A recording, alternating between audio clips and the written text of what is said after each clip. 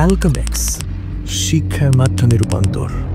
জীবনের শুরুর দিকে ম্যালকম এক্স অপরাধ, আসক্তি আর রাস্তার মানুষ হিসাবে টিকে থাকার চক্রে জড়িয়ে পড়েন। মাত্র 20-এর কোঠায় পৌঁছাতেই তিনি গ্রেপ্তার হন এবং দীর্ঘমেয়াদে কারাদণ্ডে দণ্ডিত হন। এই মুহূর্তেই তার জীবনের গল্প শেষ হয়ে যেতে পারত, কিন্তু সেটাই হয়ে ওঠে তার টার্নিং পয়েন্ট।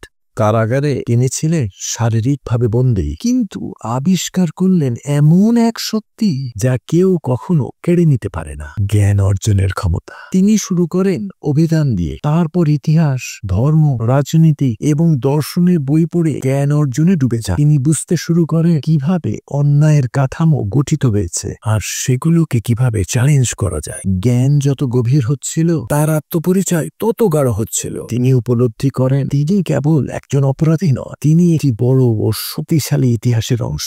ম্যালকম এক্স কারাগার থেকে বের হন এক সম্পূর্ণ রূপান্তরিত মানুষ হিসাবে। তিনি হয়ে ওঠেন সিভিল রাইটস আন্দোলনের অন্যতম প্রভাবশালী, সাহসী এবং আপোষহীন কণ্ঠস্বর। তিনি চ্যালেঞ্জ ছুড়ে দেন বর্ণ বৈষম্যের বিরুদ্ধে, কালো গর্ব ও মর্যাদাকে তিনি জাগিয়ে তোলেন আর নিজের জাতির জন্য দাবি করেন ন্যায্যতা ও সম্মান। এই গল্পটি প্রমাণ করে জেলে বন্দী থেকেও কেউ হয়ে উঠতে পারে জাতির চেতনার প্রতীক, যদি সে শেখার আগুনে জ্বলতে পারে।